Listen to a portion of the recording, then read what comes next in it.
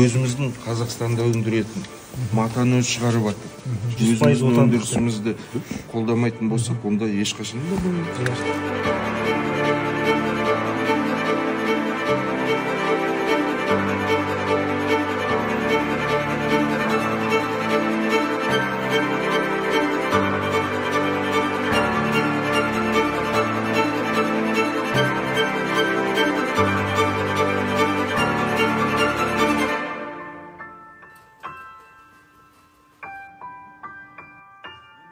Өндүрүштөрдү тек гана өзүбүздүн ауылдун жигиттери жұмыс істеп атып, көзүнө жеткен сол жардамды колдоо көрсөтүүгө жүйөлүү түрдө чет мемлекеттен алып келет. Мисалы, сапасында да, багасында да баары бәсекелестикке жарат.